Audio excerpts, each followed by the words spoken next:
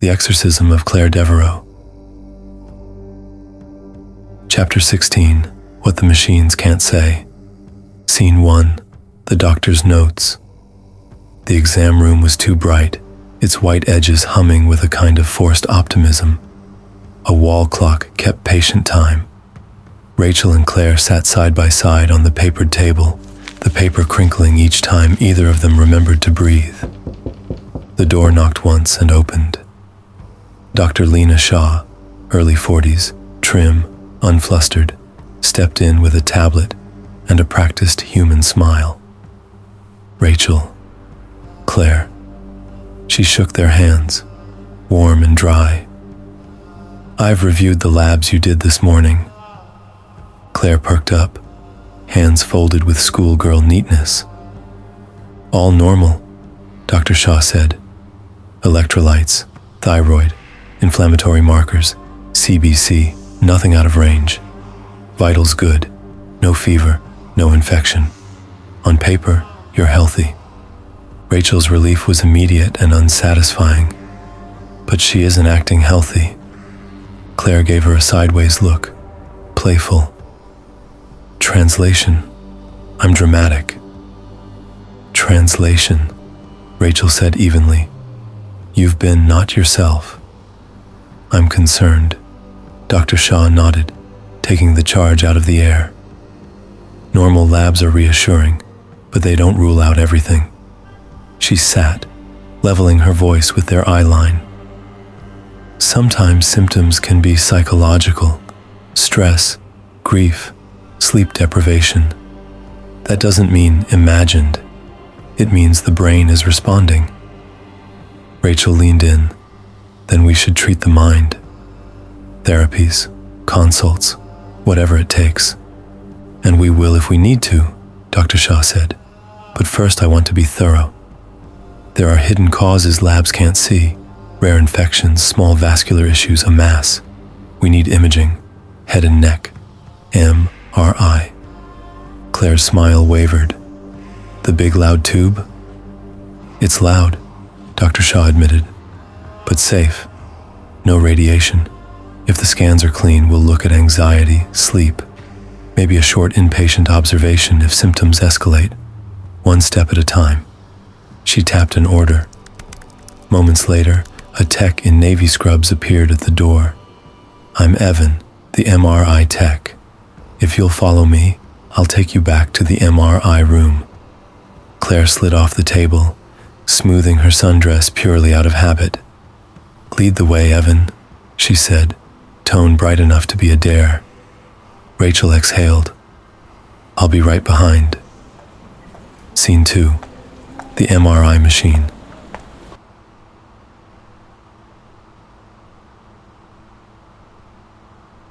The MRI suite was colder, the kind of clean that smells like it shaved the corners of the air. The machine waited like a mouth that expected obedience. "Any metal? Jewelry? Hairpins?" Evan asked. He had calm hands and the rhythm of someone who had said the same reassurance 1,000 times. Claire toyed with the hospital bracelet. "Just charm," she said, then grinned when Evan smiled despite himself. "Shoes off, pockets empty," he said. "It'll be loud, like construction next door. You'll hear thumps and knocks and a sort of rhythmic hammering. That's normal." "Will I be alone in there?" Claire asked, almost too light. "It looks dark." "Interior light stays on," Evan said, "and I can talk to you the whole time. You'll have a panic button. Squeeze it and I'll slide you out. But I doubt you will need that. Most people do just fine." Rachel touched Claire's elbow. "I'll be in the office. Just right over there. Watching." Claire nodded, then tilted her face toward Evan with a conspiratorial whisper. "If I scream, that's just me flirting with danger." "Noted," he said, amused, and placed the head coil gently like a crown. "Very still, okay? 10 to 15 minutes. I'll walk you through every sequence. They slid her in. The world narrowed to white shell and contained dark. The machine took a breath. Thump, thump, thump, thump. The sound came like a neighbor knocking from all sides, sometimes steady, sometimes just off time enough to feel personal. Claire swallowed, eyes on the little square of glass where Rachel's silhouette waited, a small, fixed star. "You're doing great," Evan's voice said in her ear. "First sequence starting. You'll feel the table hum. Knock, knock, knock." A deeper thud rolled underneath, like something shifting its weight behind the walls. The air inside smelled faintly of ozone and cotton. Claire closed her eyes. The dark felt crowded. She was suddenly convinced the machine wasn't empty, that it kept its own company inside the curve. "How much longer?" she asked, voice too bright. 2 minutes on this one," Evan said. "You're solid." The hammering changed tempo. Claire kept her breath even and counted beats to pretend the noise belonged to her. She felt the shape of the coil around her hairline, the close plastic at her temples. "Not tonight," she told the dark, and the dark didn't answer. The monitor room smelled like coffee and plastic keys. Rachel watched the green lines and the small live image of her friend inside the machine. The screen drew slices of Claire's head like quiet weather maps. Evan clicked through sequences with the patience of a metronome. Then a frame stuttered, static snow for a half second, returned, stuttered again. Evan frowned, adjusting. On the third stutter, the noise fell oddly in sync with the picture.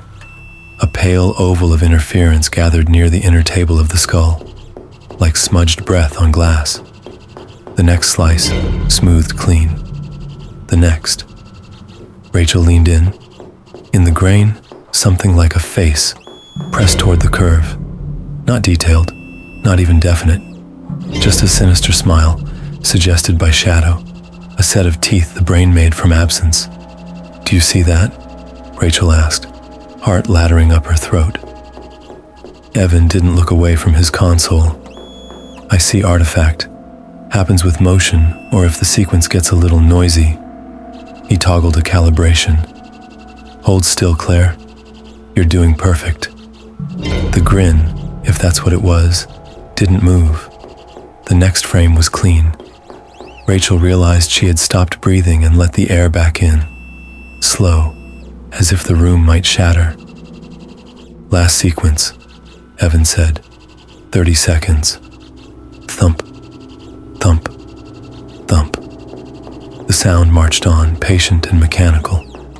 Nothing living made that rhythm. Claire stared at the little square of light until it blurred, then cleared, then blurred again. She imagined laying the noise across a table and ironing it flat. It resisted. She kept breathing anyway. The table moved, the coil lifted, light widened into a room with edges. "See?" "Easy," Claire said, voice shaky but game. Evan offered a hand. She took it a heartbeat too long, smile slipping back on like lipstick. "How'd I do?" "Still champion," he said, returning the smile and the boundary in the same breath. Scene 3. Chaos all around. They returned to the exam room with a molded plastic folder of images, and the kind of silence people use to keep from naming what they saw. Claire sat on the table's paper edge, swinging her feet once and stopping, as if the motion belonged to someone younger. "If it's all normal, can we go to breakfast? I want pancakes and the sweetest syrup you got." Rachel smoothed the folder. "If it's normal, we make next steps. Therapy, sleep, something to get you back to yourself." Claire looked at her. For 3 seconds her pupils seemed to tighten, like a camera deciding on a subject. Then the look passed, and she was just Claire again, tired and pretty, under bad fluorescent light. The door opened, Dr. Shaw re-entered with the practiced calm of someone who never brings weather with her. "Images are back," she said, sitting. "Normal. No mass, no bleed, no structural abnormalities. Vessels look clean. Neck is unremarkable." Rachel nodded, gratitude and dread colliding. "Then we pivot. Psych consult. We address what's happening." Before Dr. Shaw could answer, Claire's face shifted. Not much, just the feeling of a hand turning a picture a degree on the wall. Her mouth settled into a smile too tidy, her eyes fixed on the doctor in a way that felt like aim. "You both are nothing but ants to me. I am a god.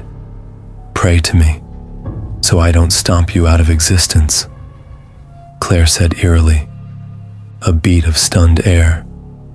"Claire?" Rachel said, standing. Dr. Shaw stood too, palms open in a clinician's truce. "Claire, let's take a breath." Claire moved fast. She put both hands on the doctor's shoulders and drove her back into the wall, hard enough to make the cabinets chatter. Rachel stepped in and reached for her friend's wrist, the old good instinct. But Claire's free hand slapped Rachel across the face, with the casual precision of someone swatting a fly. "Claire," Rachel's cheek burned. "Look at me. Code gray, room 611. Hurry," Dr. Shaw shouted, voice steady, even as pain flashed across her eyes. 2 orderlies filled the doorway, then the room. Big men made small by the ethic of not hurting anyone. Claire fought them like a storm trapped in a jar, not strong so much as wrong, the angle of her resistance refusing to match the shape of her body. It took both to pin her arms to her sides, without bruising. "Hold her," Dr. Shaw said.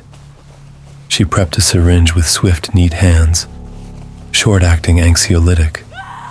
"You're safe," she told Claire, meaning everyone. "We're all safe." Claire's smile never changed. For a blink, something in her face remembered how to be hers, wide and frightened, and then the needle slipped under her skin and softened the world at the edges. Her lids drooped. She sagged in the orderly's arms and breathed like the room had finally given her permission. Rachel backed into the hall on shaking legs, the static hum of hospital air suddenly too loud. She pressed her fingers to the hot shape of the slap on her cheek and watched the linoleum resolve into squares. A minute later, Dr. Shaw joined her, rubbing her shoulder where it had met the cabinet. The doctor's composure had bent, not broken. "She's sedated." "Stable," Dr. Shaw said. "I'm sorry you were hit." "It's not her," Rachel said. Dr. Shaw nodded once. "Listen, legally I can hold Claire for 24 hours under observation while we rule out acute medical causes and make a safety plan. If we don't find a medical reason to keep her beyond that, we must discharge. In those hours, we'll consult psych, repeat neuro exams, monitor. I will look for answers." Rachel let her spine find the wall and slide down until she was seated, knees up, hands folded like a bad prayer. The corridor carried on with its ordinary emergencies, doors opening and closing to contain tiny disasters, wheels squeaking with the high laugh of rubber on wax. "I'll stay," she said. "Whatever room she's in, I'll stay. I think it's best you go home. Get some rest. We will call you if we find something. If not, I can arrange a medical transport to your home tomorrow," Dr. Shaw said. She hesitated, then softened. "People do get better from things that start out looking like this." Rachel nodded without looking up. On the other side of the door, voices murmured, counting, checking, putting a body back into the world carefully. A cart rolled by. The clock lifted its second hand and set it down again. The hospital laid its sterile calm over everything it could reach. Rachel pressed her forehead to her knees, and let herself breathe the way she had taught Claire to breathe. In to 4, hold to 4, out to 6. She made it to 7 before the air changed. She did not look to see who was watching. She did not ask who might be smiling. She kept breathing,